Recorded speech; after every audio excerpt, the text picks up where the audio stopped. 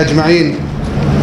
بداية نتوجه بجزيل الشكر لهذه الجموع التي حضرت أولى ندوات كتلة الأغلبية التي ستنطلق من الدائرة الخامسة وتنتهي في جميع دوائر الكويت بإذن الله. هذه الندوة ليست باستثنائية فقط، بل سيعقبها ندوات كثيرة سيقوم بها نواب الأغلبية من خلال هذه الندوات بطرح أفكارهم والأهداف التي دعت إلى مقاطعة هذه الانتخابات وما أشبه اليوم بالبارحة. بداية من الكويت نتوجه تحية إجلال وإكرام إلى الشعب السوري الحر، هذا الشعب الذي يواجه صهاينة وللأسف من يدعون على أنفسهم مسلمين. وبداية يتقدم الدكتور خالد الشخير مشكورا، فليتفضل.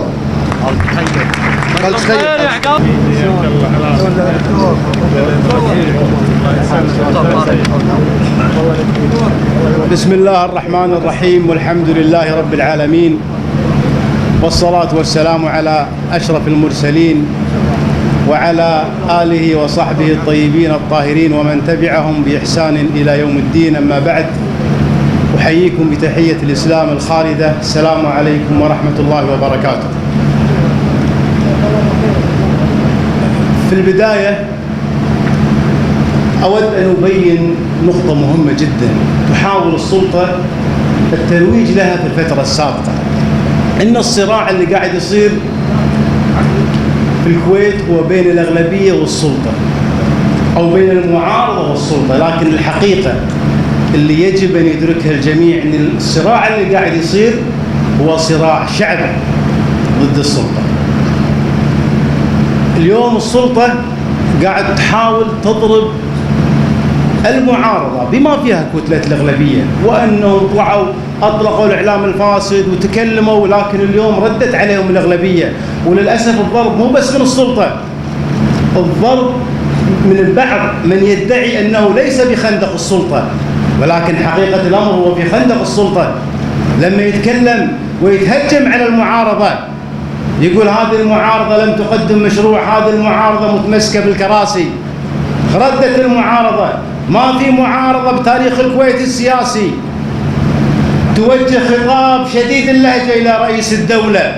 ارجعوا للتاريخ، أي معارضة كانت في الكويت وجهت رسالة شديدة اللهجة لرئيس الدولة؟ معارضة نص شبابها ونوابها عليهم قضايا، معارضة ما نزلت وانتم تدركون والشعب الكويتي يعلم ان لو اي واحد من كتلة المعارضة يقول ينزل انتخابات، شنو راح تقدم له السلطة من تسهيلات؟ لذلك نحن متمسكون بموقفنا المبدئي اللي ما راح نتزحزح عنه، اللي ندرك اللي ندرك ان هذا الموقف مو موقفنا بس، هذا موقفنا وموقفكم، موقف الشعب الكويتي أجمع. وأنا أقول رسالة بسيطة أوجهها لمن شارك في الانتخابات السابقة. قالوا لكم أن شاركوا بالانتخابات وطلعت ناس في السلطة على أعلى المستويات وقالت أن هذا المجلس في 3 شهور راح ينجز إنجازات عظيمة، و6 شهور وشفتوا إنجازات المجلس. وأقول رسالة كذلك وهمسة في الإذن لبعض من قاطع الانتخابات السابقة والآن يراود أو يفكر أن يشارك. أقول له شو اللي تغير؟ شو اللي تغير في الموضوع حتى تشارك؟ طلع مرسوم ضرورة، تحصل المرسوم، نعرف حنا المصدر واحد. قناعة الشعب الكويتي الداخلية ما يحتاج تطلع حكم محكمة ولا غيره، حنا عندنا قناعة راسخة أن النظام الانتخابي لا يجوز العبث فيه، هذا حق للسلطة التشريعية. أي تحايل أو تزيين لهذا العبث غير مقبول. حتى إن قلت هناك أحكام من المحكمة الدستورية، هذا قناعة أصبحت عند الشعب الكويتي، غير ذلك غير مقبول.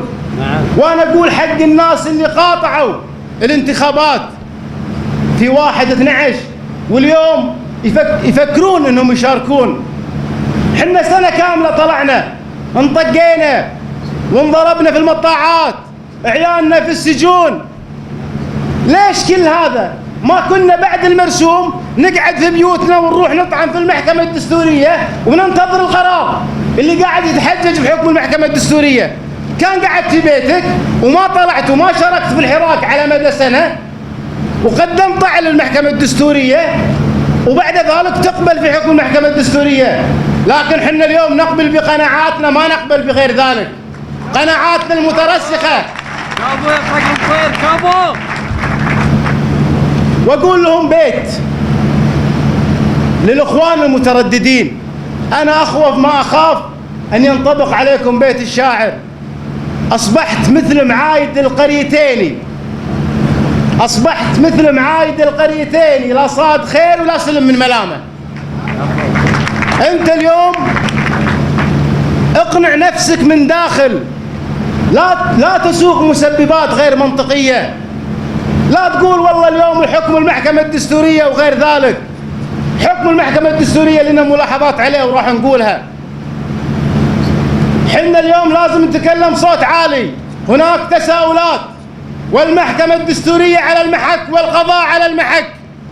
وآخر مهزلة صارت اليوم، عبد الحميد دشتي يتقدم بطلب تفسير ويسحب طلب التفسير. هذا ضحك.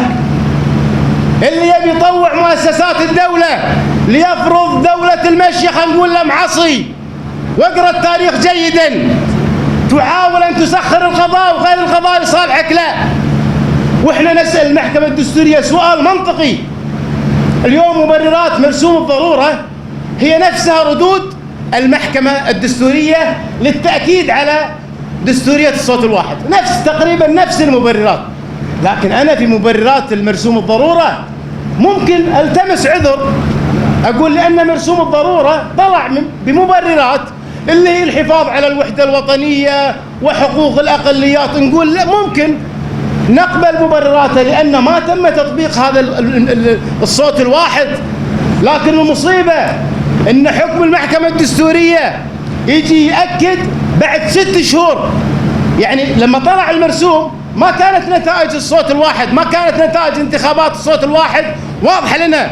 لكن لما جاء حكم المحكمة الدستورية بعد 6 شهور كانت واضحة الأسباب. لما يتكلمون عن الحفاظ على الوحدة الوطنية، أي وحدة وطنية؟ ونتكلم بصوت واضح. اليوم من يدعو للمشاركة في الانتخابات من أبناء الكويت من الطائفة السنية ايش قاعد يقولون؟ قاعد يقولون لا تخلونا للشيعة، وهذه حقيقة. عدل كلامي ولا مو عدل؟ قاعد يقولون لا نخليها للشيعة، والشيعة الآن يقول لازم نرجع كراسينا، والقبائل يقولون لازم نرجع كراسينا. وصار تفسير المحكمة الدستورية غلط بغلط. اليوم الوحدة الوطنية تضرب من خلال مرسوم الضرر، لذلك لن نقبل. احنا اليوم رفضنا مرسوم الضرورة من رئيس الدولة، ولا نقبل كذلك من المحكمة الدستورية تعطي صبغة شرعية للتفرد بالقرار. وأنا أقول كذلك بعد للإخوان اللي قاعد يروجون لقضية المشاركة، اللي قاعد يستشهدون في مثال أو في مثال اينشتاين لما عرف الغباء. يقول الغباء هو أن تفعل الشيء مرتين بنفس الطريقة وتنتظر نتائج مختلفة. أنا أقول الكلام هذا ما يوجه لنا، الكلام هذا المثال هذا يوجه للحكومة، لأن المعطيات أو التجربة اللي صارت في الصوت الواحد رد الشعب الكويتي بضاعتهم لهم، ما قدروا يقبلون بوجود هذا المجلس. لذلك هذا المثال لا يقع على المعارضة والمقاطعة، يقع على المشاركة. لما نتكلم اليوم عن المحكمة الدستورية، أنا بسأل سؤال: شنو دور المحكمة الدستورية أو شنو موقف المحكمة الدستورية والقضاء بشكل عام من التسريبات اللي طلعت على الحكم القضائي.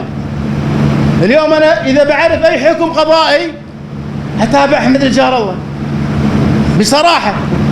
أي حكم قضائي في الكويت أتابع أحمد الجار الله شنو يقول وشنو يكتب، لأن أحمد الجار الله قاعد يكتب الأحكام القضائية قبل 3 شهور 4 شهور. لما يقولون كذلك احترموا قرار المحكمة الدستورية. المحكمة الدستورية مو بس تنظر في الطلبات، لا، اللي ما احترم المحكمة الدستورية الحكومة لما قدمت طلب بخصوص قانون 42 على 2006 وحصنت هذا القانون.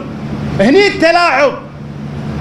يجب أن يكون لرجال القضاء دور واضح، إن السلطة قاعد تستخدم القضاء في تمثيلية سخيفة زهق منها الشعب الكويتي.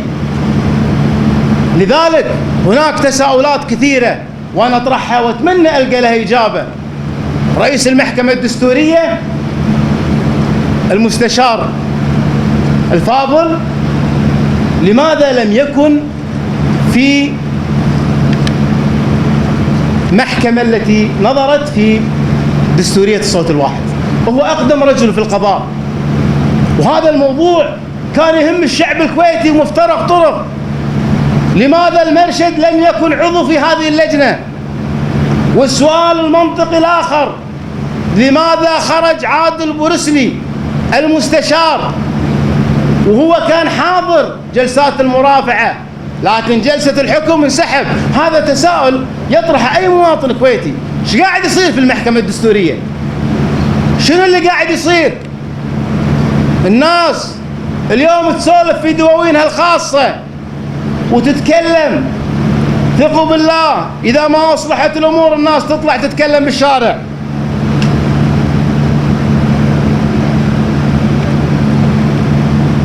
لماذا نقاطع؟ أنا أقول السؤال المنطقي مو لماذا نقاطع، السؤال المنطقي لماذا نشارك. السؤال المنطقي لماذا نشارك؟ حنا نقاطع لأن نرفض الحكم الفردي باختصار. اليوم مرسوم الضرر، مرسوم الصوت الواحد هو نموذج للحكم الفردي. احنا ما عندنا مشكلة ترى مع الصوت ولا الصوتين ولا الثلاثة، حنا مشكلة منو اللي يشرع، من اللي تدخل في النظام الانتخابي. وثقوا بالله إذا سكتنا عن هذا التجاوز والله بالله يلعبون في الكويت لعب.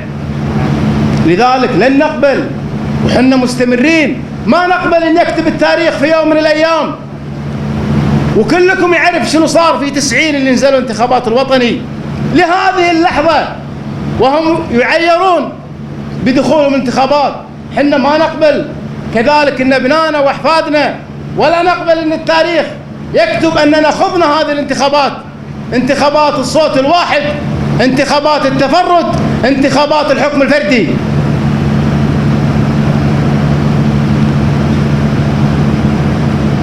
لذلك نحن مستمرون في حراكنا ومقاطعتنا. والبعض يسأل يقول بعد المقاطعة شنو الحل؟ انتوا الحين حنا ما عندنا مشكلة بنقاطع، بعد المقاطعة شنو؟ أنا أقول إن مستمرين في المقاطعة وراح ننزل للشارع ونحمل معنا التعديلات الدستورية والإصلاحات حتى على القضاء. راح ننزل للشارع وما راح نقاطع ونقعد في بيوتنا، راح نواصل. وأنا أعطيكم نقطة مهمة جدا، إن عمر الإصلاحات السياسية في الكويت وغير الكويت لا تفرض الإصلاحات السياسية إلا من خلال الشارع. وهناك مثال بسيط، لما أحكموا السيطرة على مجلس 2009 إيش كانوا يقولون؟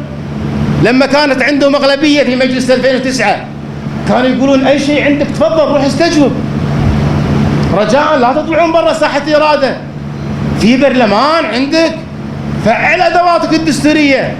قالوا الكلام هذا لأن عندهم أغلبية، لكن في النهاية من اللي فرض إرادة الشعب؟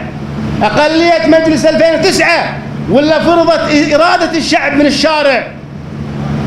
طلع الشعب الكويتي فوق 100,000 في ساحة إرادة، وفرضوا إرادتهم على أكبر راس في البلد، لأن في الكويت لا إرادة إلا إرادة الأمة.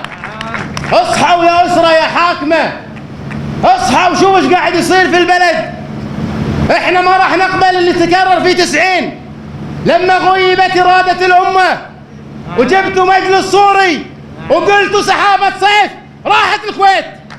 لن نقبل باللي يصير، ما راح نقبل ان تغيب إرادة الأمة. وانا اقول لكم انتم مسائلين امام الله، اقسم بالله اذا قعدتوا في بيوتكم لسيناريو 90 يتكرر وما راح ينفعهم صفاء ونبيل. لذلك لا تقعدون في بيوتكم.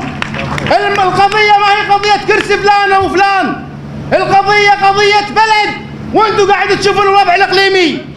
اذا قعدتوا في بيوتكم راح تروح الديرة. وانا اقول لابناء الاسرة، لكل ابناء الاسرة، شوفوا دول الخليج، شوفوا الوطن العربي، الكل يذهب باتجاه الديمقراطية، وحنا اول دولة ديمقراطية نذهب باتجاه المشيخة. الشعب الكويتي واعي، صبر لفترة معينة عشان تصلحون خطاكم، لكن في النهاية لن نقبل بالحكم الفردي، في النهاية لن نقبل الكويت تضيع، في النهاية ما راح نقعد في بيوتنا، راح نواصل حراكنا في الشارع. واللي يقول خلاص هذا أمر واقع تحصل المرسوم، تبوا تسوون شيء دشوا الانتخابات وصلحوا. وأنا أقول الكلام هذا للشعب الكويتي وتحديدا المتدينين منهم، دعاة طاعة ولي الأمر. قدمنا في مجلس المبطل الأول 44 نائب مشروع بقانون تغليظ العقوبة للمسيء للذات الإلهية وللرسول صلى الله عليه وسلم، ورد الأمير. الآن لو نوصل 44 نائب، لو نوصل 55، خيار الإبطال موجود وخيار الحل موجود، ولكن الشعب عنده خيار، عنده بعد إرادة الله سبحانه وتعالى نفرض إرادتنا بالشارع ونفرض إرادتنا بتلاحمنا. والله يضربونكم، يفرقون، مو بس قبل قاعد نقول يضربون الطائفة الشيعية بالسنية والحضر البدو، قسم بالله راح يضربون القبيلة بين بعضها، وراح يضربون العوائل. فما راح نسكت، راح ننزل للشارع ونفرض إرادة الشعب الكويتي ونصحح مسار إذا الأسرة ما تحركت ووقفت هذا العبث. الشعب الكويتي بعد الله سبحانه وتعالى هو من يوقف هذا العبث. وفي الختام أسأل الله أن يحفظ الكويت وشعبها من كل مكروه، والسلام عليكم ورحمة الله وبركاته.